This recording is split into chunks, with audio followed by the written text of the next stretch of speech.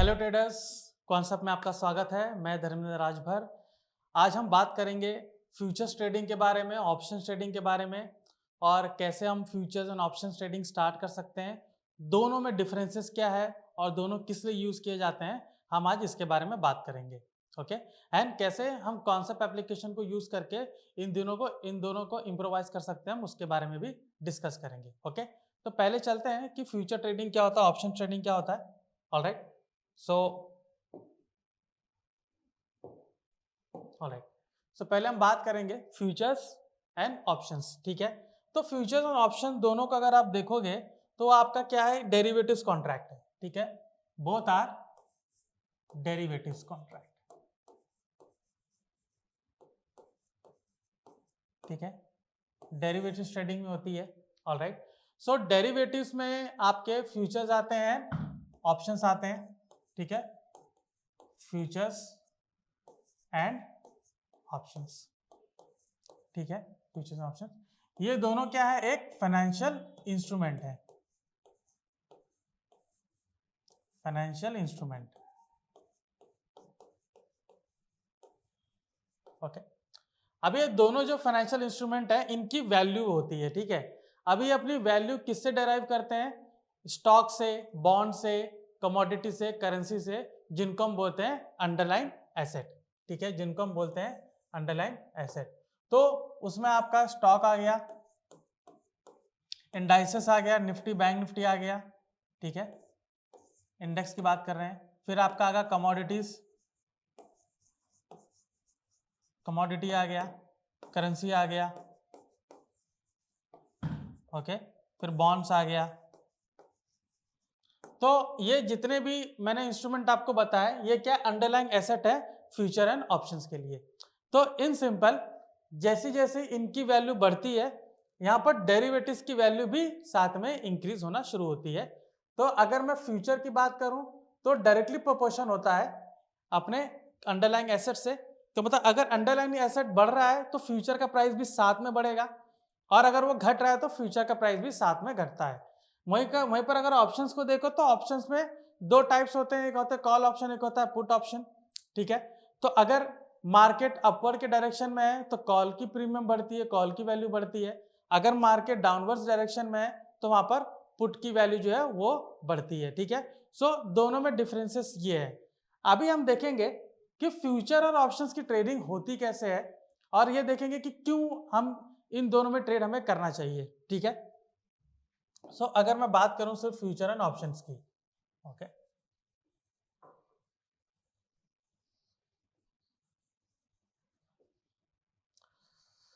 चलिए बात करते हैं फ्यूचर्स ट्रेडिंग। ओके, फ्यूचर्स, फिर आपका आता है यहां पर ऑप्शंस।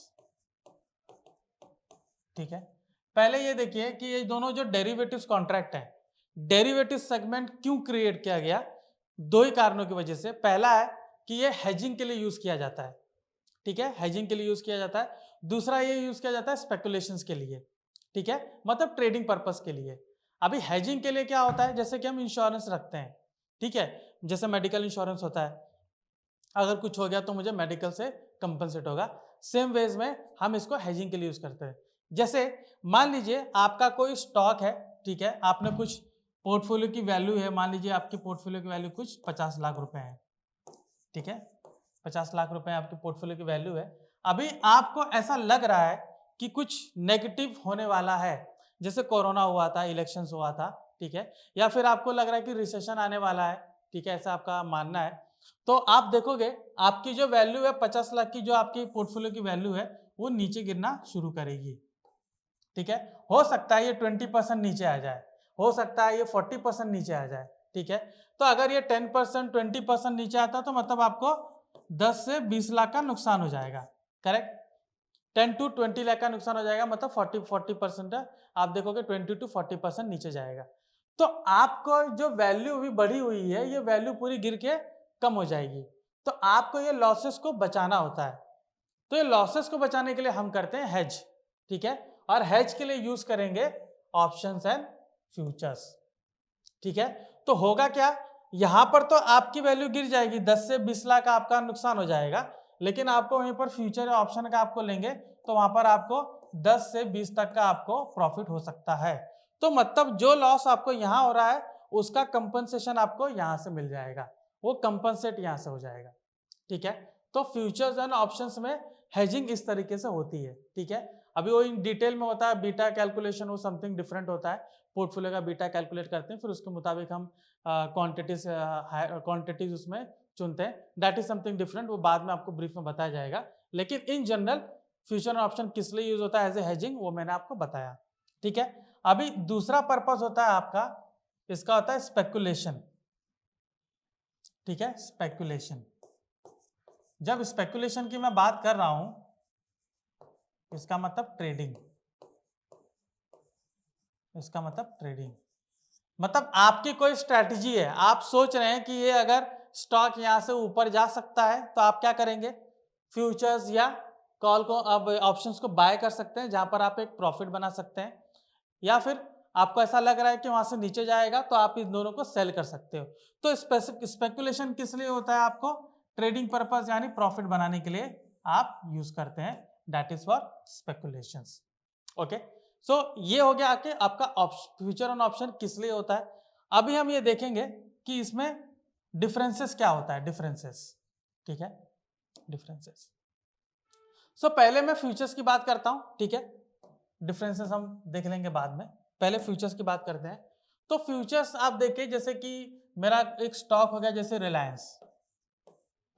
ठीक है, रिलायंस, अभी रिलायंस का ये होता है, जैसे मैंने आपको हेजिंग की मैंने बात की, रिलायंस का आप सोचिए कि मेरे पास अगर 50 लाख का पोर्टफोलियो है, तो अगर मुझे उसको 20% वहाँ पर मान लीजिए 20% मुझे उसको हैज करना है कि 20% नीचे आ सकता है, तो मैं फिर से 50 लाख का कोई पोर्टफोलियो तो खरीदूंगा नहीं या फिर बेचूंगा नहीं। अगर बेचूंगा भी तो हमारा जो रूल है वो अलाउ नहीं करता है कि बेच के आप होल्ड करो। ठीक है, सेम डे हमें स्क्वायर अप करना पड़ता है। सो मुझे 50 लाख वापस से लगाने पड़ेंगे तो उतना वैल्यू नहीं होती है, उतना मेरे पास पैसा नहीं होता है। तो हम क्या करेंगे, फ्यूचर का यूज करते हैं। फ्यूचर में क्या होता है कि आप एक निर्धारित क्वांटिटी, ठीक है, एक निर्धारित क्वांटिटी आप एक मार्जिन पे करके आप ले सकते हो। ठीक है, जैसे कि अगर मान लीजिए रिलायंस का करंट वैल्यू है 3000, ठीक है 3000, तो अगर मैं इसका कुछ क्वांटिटी लेना चाहता हूं तो क्वांटिटी अगर मैं इसका 1000 क्वांटिटी लूंगा तो मुझे कितना पड़ेगा, 30 लाख पड़ेगा, राइट।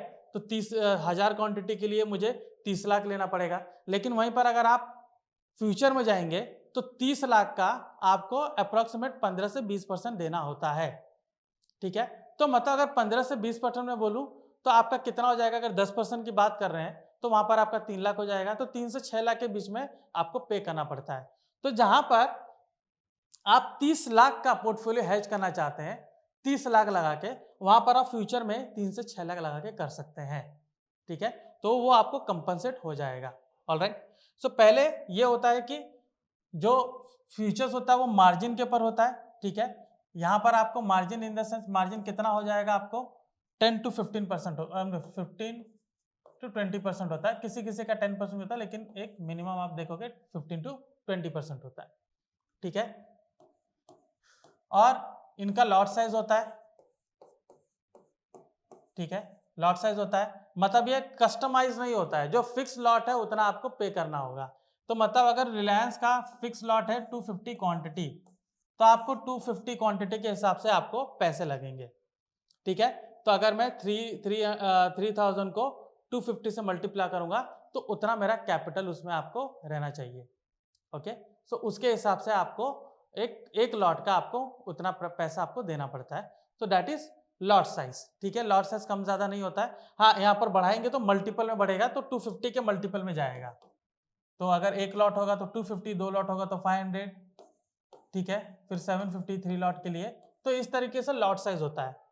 तो फ्यूचर में आपको मान लीजिए कि रिलायंस का जो आप ले रहे हैं, रिलायंस का जो शेयर आप ले रहे हैं उसकी वैल्यू मान लीजिए, अभी जैसे मैं 3000 को अगर इसे मल्टीप्लाई करूं तो वैल्यू लगभग कितनी आती है, अप्रोक्सीमेट आप देखोगे तो 7.5 लाख रुपए आते हैं। ठीक है, तो 7.5 लाख रुपए आपको देने की जरूरत नहीं है, उसका 15 to 20% आपको देना पड़ेगा।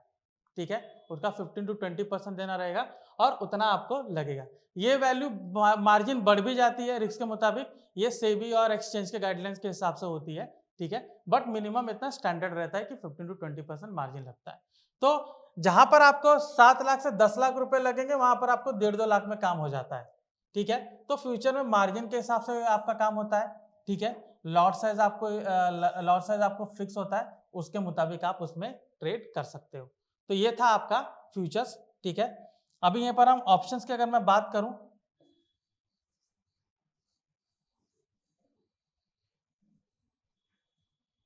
ठीक है, अगर मैं ऑप्शंस की बात करूं,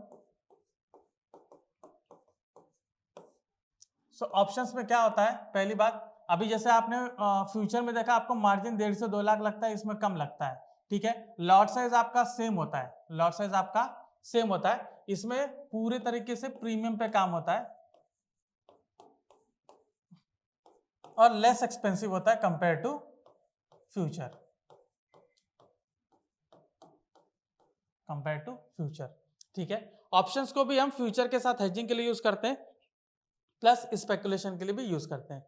सो ऑप्शन में क्या होता है, फ्यूचर आपको कितना लग रहा है 1.5 से 2 लाख, वहीं पर अगर आप ऑप्शन में खरीदने जाएंगे तो ऑप्शन में प्रीमियम के हिसाब से होता है। मान लीजिए कि उसका प्रीमियम है 100, मान लीजिए उसका प्रीमियम है 50, अलग अलग स्ट्राइक प्राइस का रहता है। जो स्ट्राइक प्राइस आप देखेंगे, जैसे अभी रिलायंस 3000 है तो 3050 हो गया, या यहाँ पर नीचे 2950 हो गया। तो अलग अलग स्ट्राइक प्राइस पे आपको ऑप्शन का अलग अलग प्रीमियम आपको मिलेगा, ठीक है, अलग अलग प्रीमियम मिलेगा। सॉरी, ये मैं कॉल की बात कर रहा हूँ, तो हो सकता है 40 हो या 30 हो, तो अलग अलग प्रीमियम मिलेगा। लॉट साइज आपका सेम ही होगा 250, तो आपको अलग अलग प्रीमियम पे आपको अलग अलग प्राइस मिलेगा। फ्यूचर में ऐसा नहीं होता, फ्यूचर में फिक्स प्राइस होती है, वो फिक्स प्राइस पे आपको लेना पड़ता है। इसके अलग अलग स्ट्राइक पे आपको प्रीमियम अलग अलग देना पड़ता है, ठीक है। एक तो ये चीज है। दूसरा, इसमें टाइम डीके एक फैक्टर है जो कि फ्यूचर्स में नहीं होता है, जो कि फ्यूचर्स में नहीं होता है। यहाँ पर ऑप्शन में क्या होगा, आपको टाइम डीके भी मिलेगा कि ये जो प्रीमियम जो भी आप पे कर, जो भी आपने खरीदा है, ये अगर एक्सपायरी के पहले अगर एक्सपायरी के पहले आप इसमें आपको प्रॉफिट नहीं होता है तो एक्सपायरी के दिन जीरो हो जाता है, ठीक है। सो ऑप्शन क्या हो जाता है, जीरो हो जाता है। फ्यूचर ऐसा नहीं होता है।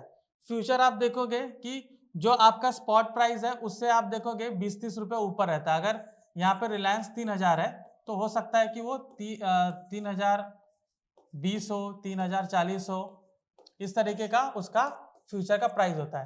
तो एक्सपायरी के दिन वो वहां पर क्या हो जाता है, एट लेवल में आ जाता है, वो सेम हो जाता है, ठीक है।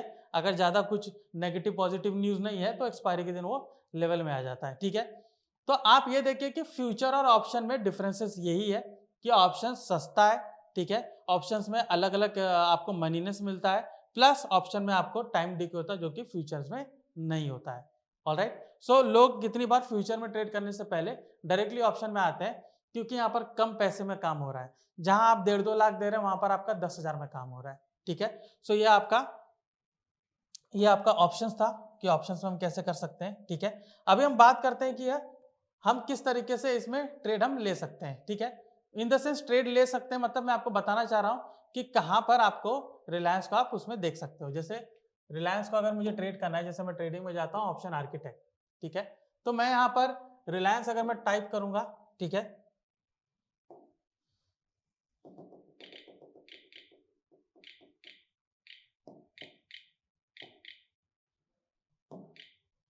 सो रिलायंस आ गया, ओके।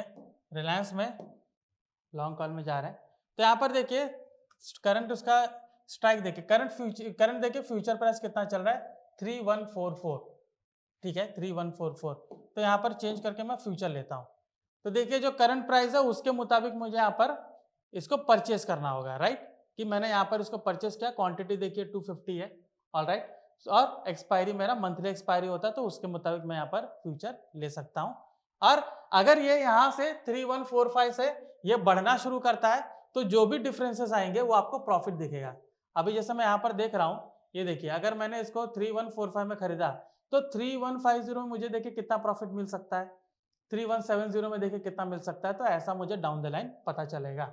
ठीक है, अभी अगर रिलायंस में मुझे हेज करना है, ठीक है, अगर यहाँ पर नीचे गिरने की कोशिश हो रही है तो मैं क्या करूंगा, यहाँ पर इसको सेल कर सकता हूँ और अपनी हेजिंग बना सकता हूँ। ठीक है, लेकिन अगर मैं ट्रेड करने की बात करूँ, सो हमारे पास जो टूल है, जैसे मान लीजिए मैं यहाँ पर जाता हूँ इंट्राडे के हिसाब से, ट्रैक में जाके मैं ट्रिगर्स को सेलेक्ट कर सकता हूँ। ठीक है, यहाँ पे इस तरफ आप देखोगे ये लेफ्ट साइड की ओर आपको रेजिस्टेंस है, राइट साइड की ओर आपका सपोर्ट है। तो अगर यहाँ पे मुझे ऐसा लेवल मिल रहा है कि जहां पर ये ब्रेक हो सकता है, अगर यहाँ पर कंडीशन मैच कर रही है तो मेरा उसमें ट्रेड बन सकता है। तो अभी देखिए जो कॉल डिफरेंस है, यहाँ पे अगर ये 3200 का लेवल ब्रेक करता है तो मेरा कॉल के साइड में ट्रेड बन सकता है। मैं ऑप्शन की बात कर रहा हूँ तो कॉल के साइड में बन सकता है। 2900 का लेवल ब्रेक करेगा तो मेरा पुट साइड की ओर ट्रेड बन सकता है। सो ये स्पेकुलेशन के हिसाब से मैं आपसे कह रहा हूँ कि अगर रिलायंस में इस तरीके का कंडीशन बनता है, अगर स्पेकुलेशन करना चाह रहे हैं, ट्रेडिंग करना चाह रहे हैं, तो इंट्राडे के लिए हम ट्रिगर्स यूज कर सकते हैं जो कॉन्सेप्ट में है। अगर आप पोजिशनल ट्रेडिंग करना चाह रहे हैं तो पोजिशनल ट्रेडिंग के लिए हम क्या कर सकते हैं, रिलेटिव परफॉर्मेंस ग्राफ देख सकते हैं, नहीं तो ट्रैप इंडिकेटर देख सकते हैं। तो ट्रैप इंडिकेटर में यहाँ पर हम अगर रिलायंस को अगर देखते हैं कि रिलायंस में कोई सिग्नल आ रहा है, ठीक है, जैसे कॉल राइट ट्रैप, इसमें देखिए रिलायंस में 28 को आया हुआ था। ठीक है, तो आप देख सकते हो 3143 इसका कॉल रेट ट्रैप। ठीक है, तो 3143 आप देख सकते हो कि सिग्नल डेट है, सिग्नल प्राइस उसको 3151 है, तो अभी भी इसका बुलिश में, तो एक पोजीशन ट्रेडिंग के हिसाब से यहाँ पर एक सिग्नल जनरेट हुआ है। ठीक है, सो अगर मैं बात करूं ट्रेडिंग की तो हम ये सारे सिग्नल देखकर कॉन्सेप्ट के जो एप्लीकेशन उसको देखकर ट्रेडिंग कर सकते हैं। ठीक है, सो ये था हमारा फ्यूचर एंड ऑप्शंस। तो अगर आप एक स्पेकुलेशन के हिसाब से ट्रेड करना चाह रहे हो तो डेफिनेटली आप स्ट्रेटेजी बना के जाइए, चाहे वो चार्ट से बनाइए, चाहे वो टूल में जो डेटा आ रहा है डेटा के हिसाब से बनाइए। हेजिंग करना चाह रहे हो तो हेजिंग भी आप अपने पोर्टफोलियो के मुताबिक आप कर सकते हो। ठीक है, तो ये था हमारा फ्यूचर एंड ऑप्शन ट्रेडिंग के ऊपर ये सेशन। अगर ये वीडियो आपको अच्छा लगा तो प्लीज़ लाइक एंड शेयर कीजिए, और भी ऐसे जानकारीपूर्ण वीडियो देखने के लिए, जानकारीपूर्ण तत्व जानने के लिए कॉन्सेप्ट से जुड़े रहिए। मैं धर्मेंद्र राजभर, आपका धन्यवाद।